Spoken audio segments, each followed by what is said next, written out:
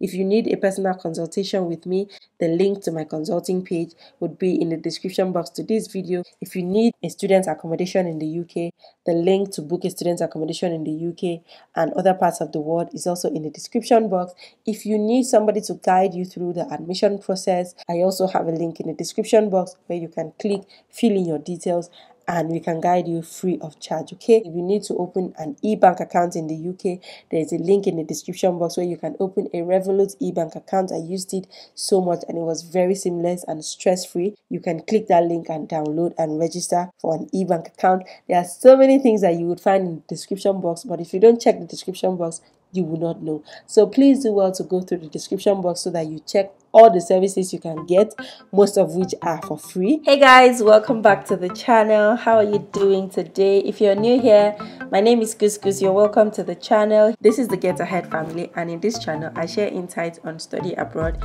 for international students, starting from your application process down to your admission, funding, settling in the UK, getting a job, excelling as a student, and lots of other content for international students in the UK. So this video, as you have seen from the title, I'm going to be sharing based on popular demand why your UK Tier 4 student visa was rejected and what you should do to avoid your visa being rejected. So in essence, this video is for all those who are going to be applying for UK Tier 4 student visa, or those who already applied and got a rejection.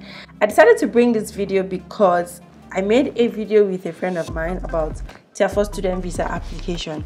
We went through everything from document checklist to the process, the fees, and everything that had to do with Tier 4 student visa application. And I see that you guys embraced that video a lot, lots of questions, lots of interest in that video. And I know a couple of people whose visa was rejected even after having secured admission in their university and securing cars. Okay, so I know a couple of people whose visa have been rejected, and I thought that it would be important to bring this video to you so that when you watch it, if you're watching me before you make your application, you can avoid all these errors. And if your visa has already been rejected, watching this video will help you know exactly how to go about your next application so that your visa will not be rejected a second time.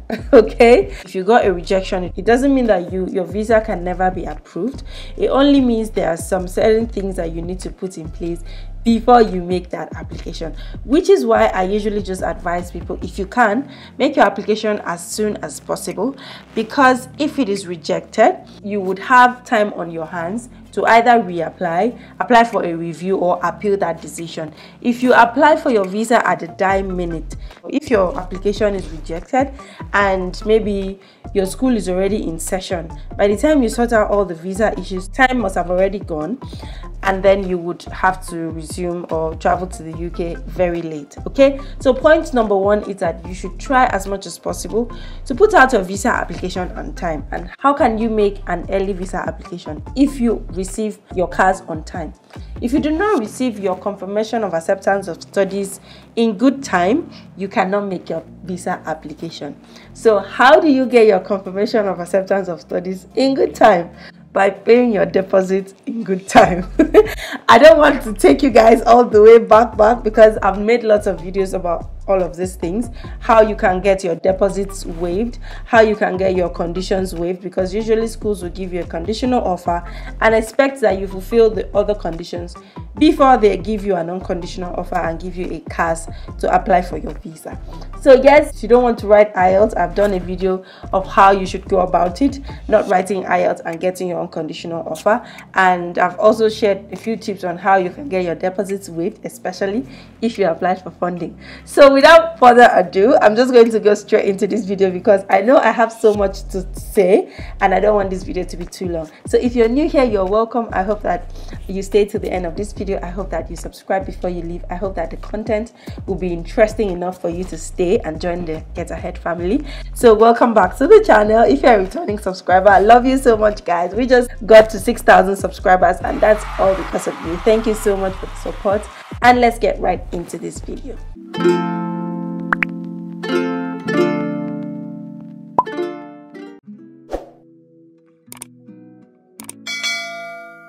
There are several reasons why your visa can be rejected. I'm going to just give out a disclaimer here. I don't work with UKVI. I don't work with the Home Office. I don't work with British Council. So please and please, this is just mere recommendations that I'm going to be putting out based on research and information that I've also gathered. I'll be able to share with you guys possible reasons why your visa must have been rejected. When you get your decision letter, if your visa is approved, you'll be given instructions on what to do next. If your visa is rejected, they would let you know why your visa was rejected and what you can do. Okay, from the visa letter, you would know if you should appeal that visa decision, if you should apply for administrative review, or if you should make a fresh application altogether. All of this would be in your decision letter. So please, the disclaimer here is I do not have the power to give out visa. I'm not saying that what I say here is final, because usually rules do change. And I'm not saying that if your circumstances fall into any of the reasons I'm going to share here, that definitely you have to do what I'm going to recommend, or that if you do what I recommend, your visa would be approved. All I'm saying, this video is a guide. It could guide you into doing more research, into correcting errors that you would have made before making your application. So that's the disclaimer. Let's get right into this video. Now, before you make your visa application, you should be able to gather information on the UKVI website on the documents that they will need, the eligibility requirements, and everything you have to do just to complete your visa application and get it approved. Usually, as an international student, you're supposed to get a confirmation of acceptance of studies, that is CAS, from your university. Usually when you get this CAS, it comes as a document with so many other information. It comes with your university address, different information that you will need in the main visa application. So apply for your CAS in good time, so that once your CAS comes, you have a lot of information in your CAS to transfer to your visa application form. Why I usually advise that you try to make this research before you just throw in your application is that your visa application fee would not be refunded whether your visa is approved or not. The only fee that will be refunded is usually your immigration health surcharge fee. So when you know that your application fee is not going to be refunded, you just have to be very careful, because not everybody have money to throw around like that to make multiple applications over a time, because the more you apply, the more money you're going to spend. Okay, now the visa application form is a very, should I say, technical application form. When I did my Tier 4 visa application, I did it by myself. I know that there are so many agencies out there that would tell you that, oh, I'm going to do your visa application for you. Do take note that some of these agencies, their interest is not to get you a visa, it's to get your money, okay?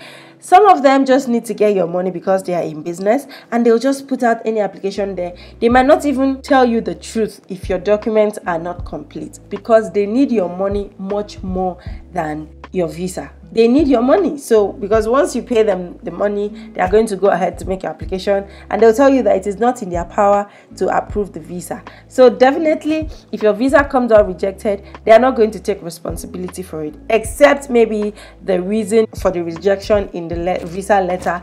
You know, you can trace the reason back to these agencies. All I'm saying is, if you can, by all means, do your visa application by yourself, do your research by yourself, because it's going to guide you. The more you research, the more clarity you'll get, the more grounded you will be. Just sit down and do your application. I remember when I did my visa application, I did it at night because I noticed that the network wasn't really stable in the day, so I had to do my application at night. And the way that application is, if you fill the form and you don't save, you might have to start all over again.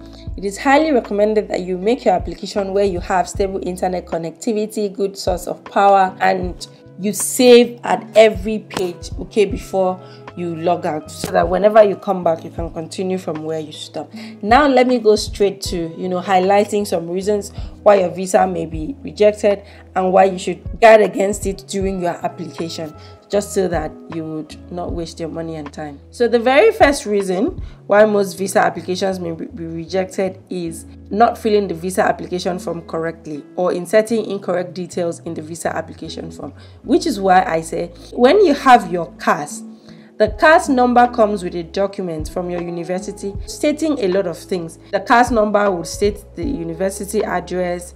It will also carry the kind of degree you are carrying, how you were assessed to be given the admission, the qualifications you used. Everything comes in the CAS document, and it's advisable that you transfer the information in the CAS document into your visa application form. That way you are not guessing. I know there's a question they're always asking about qualification you're going to receive, and usually it is not like, oh, LLM, BL or something. It's like band 7, band 6. They want to know what level your course falls under, and this information is in your CAS document. So if you are not certain about an information, don't fill that place. Just leave it blank and go and research. If possible, email your university, because if you provide the wrong information and they see it in your application that the information is incorrect, whether you knew it or not, that is none of their business. They are going to reject the application for inconsistency. So you have to ensure that everything you put there is correct, and if you are in doubt, please ask. That is why you need to start your application in good time. If you start your visa application in good time and you get to a point where you are not sure of this information, instead of providing guess answer, pause, save it, go and do your research. Call somebody, call your tutor, call your university, and make sure that you get the correct information before you proceed. If you have inaccurate information or inconsistent, let me use inconsistency instead of inaccuracy. Some people may have changed their names, maybe from their undergrad degree. Maybe you got married, you are now bearing a different surname. Maybe when you had your passport, your travel document, you had a certain name. Now you have another name. You changed your name for one reason or another. If you have any inconsistencies like that in your document, you need to write a letter explaining. This is not compulsory. This is just a recommendation. But from what people have said, anytime they had any inconsistency in their document, all they needed to do is write a letter explaining the circumstances. Okay, just let's say you had a gap year, maybe 2 years gap. You were not under any employment or any education during that period. You explain it in your visa letter. Oh, my name is no longer Kuseme Ise. My name is now Kuseme Emmanuel. I just upload the documents like that, and they're seeing one document is bearing Kuseme Ise, one document is bearing Kuseme Emmanuel. So which one is the correct answer?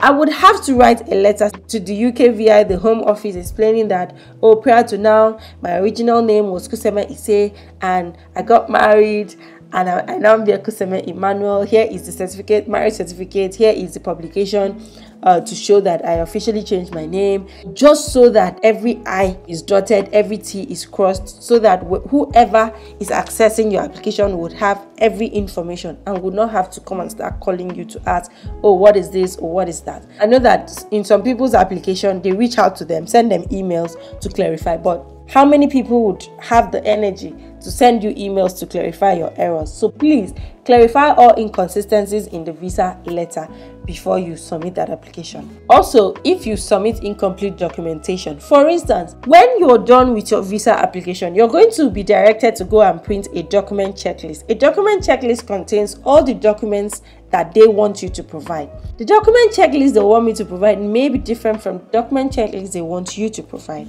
Let me give an instance. For me, that I was a funded student, under the proof of funds, I only had to provide my sponsorship letter. Okay, that's my scholarship final award letter. That was enough to prove funds for me. But for you who is not a funded student and you are self-funded, let's even say that the funds are coming from your parents. You have to provide their bank statement. You have to especially if the person funding you is not your parent, bearing the same surname, you have to write a letter explaining the relationship you have with that person or with that institution and why they are funding you.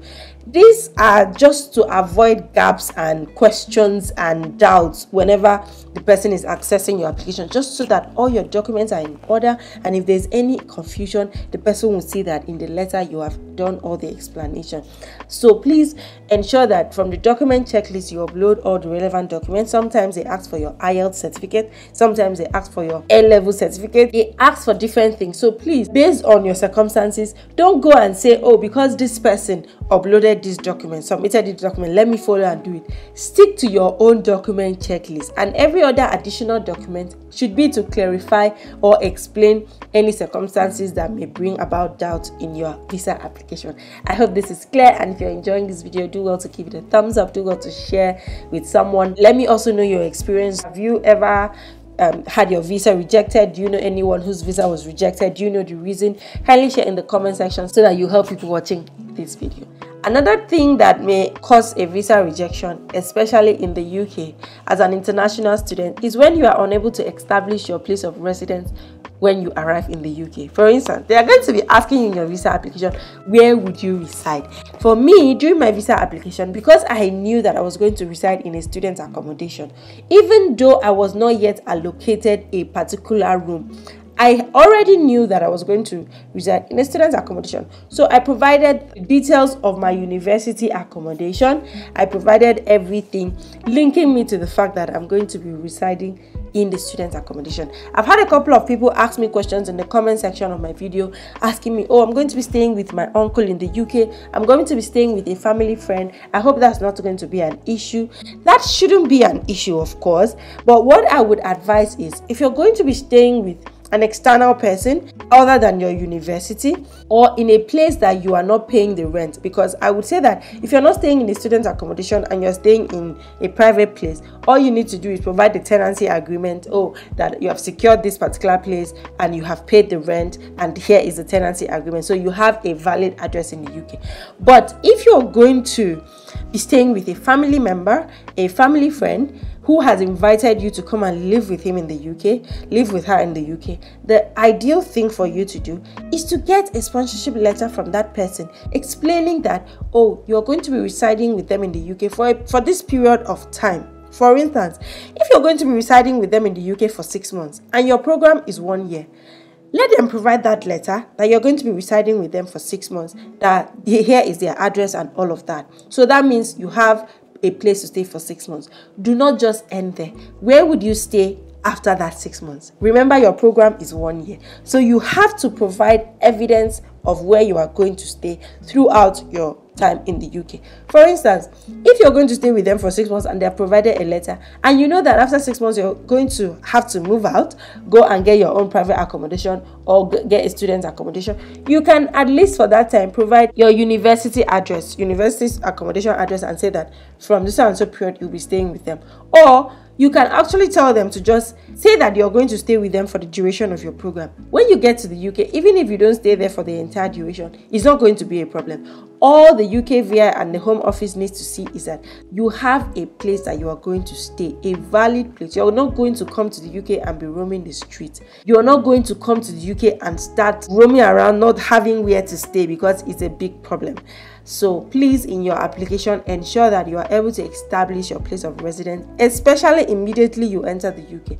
For instance, if you're going to be getting a private accommodation and you are yet to secure it, it is advisable that you book a hotel accommodation, provide the address that you have booked, and also an explanatory note that I'm going to be residing in this hotel for this length of time, and you're already in contact with property managers in the UK who you are going to rent a private accommodation with. Okay, all I'm saying is just ensure that there are no doubts as to where you are going to reside throughout your time in the UK. That way your application will not be refused based on that. I think the most popular is insufficient funds. Okay, one of the most frequent reasons why Tier 4 student visa applications are rejected is insufficient funds, and this does not mean that the applicant did not know that he needed to put some money in the account or show proof of funds in the account. It's usually maybe disparity in figures or your inability to calculate how much exactly would sustain your livelihood. During the video I made with a colleague of mine with respect to the amount of money you need in your proof of funds, I would link that video here so that you can watch it after this, just so that you know exactly how much you need in your proof of funds. So usually it depends on the city. As at the time I made that video, that was 2021. As at that time, cost of living in London was about £1,300. What I'm going to advise you is this. Go to your university website and check the cost of living in your city, because there's usually a spreadsheet, showing the cost of living in the city, especially for international students. Go to that website and check so that you have an idea of how much is the ideal cost of living in your city for a month, and then you multiply that by 12 or by the number of months you're going to be staying in the UK if it is less than 12 months. Another thing is for you to go to UKVI website and check the cost of living in the UK. Okay?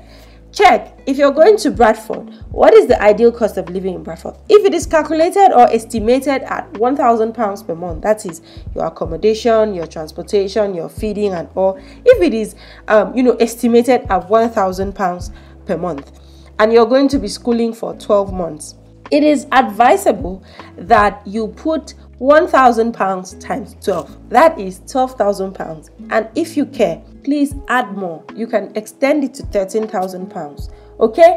Another thing is your tuition fees. If you already have paid your tuition fees, let's say you've already paid your complete tuition fees. If you have, it's going to be reflected in your CAS. So all you need to just put is about £13,000, showing that you have £1,000 each for a month and an excess of £1,000. Okay. However, if you have only paid a deposit for your tuition, you need to show funds that you have enough money to pay the rest of the tuition fees. For instance, if your tuition fees is £15,000 and you have paid a deposit of £5,000, you still have £10,000 to show. That means in your proof of funds, you need to show that you have £10,000 plus the cost of living in the city you're going to be living for 12 months, which is additional £12,000. So you need about £22,000 and above. So usually is this disparity, this uncertainty, you don't know exactly how much. You need to find out exactly how much you're going to be spending so that you would put the exact amount or something a little above what you need so that you prove sufficient fund. Another thing that people get it wrong is the number of days that you need to prove these funds. So I'm just going to read what I have here. Your proof of funds must be there 28 days prior to your visa application. Please and please do not go and submit your visa application and now put the money there to start counting.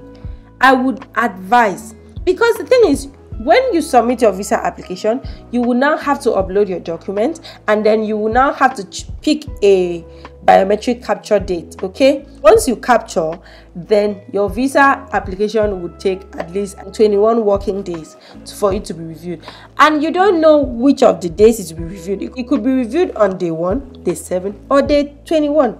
So it will be advisable for you to put in your proof of funds at least. It's 28 days on the website, but I usually advise people at least 30 days. For instance, if I want to make my visa application on 1st of June, I want to put my proof of funds at the least or at the latest 1st of May.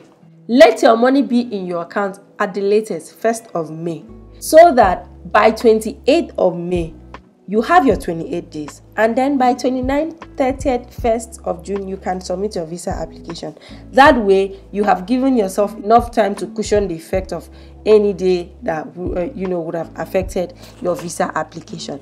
Another thing is that while submitting your proof of funds, the bank statement you use to show this proof of funds, it must be printed recently. For instance, let's say that the money in your proof of funds, you already had it 6 months ago. That is fine. The 28 days rule will not really affect you because the money has been there in your account. However, do not print a bank statement of 6 months ago to go and show them, okay? For instance, print the bank statement at least 31 days before you submit your visa application. So I give this example again. If I'm making my visa application on 1st of June and my money has been there right from January, that's 6 months to June, right?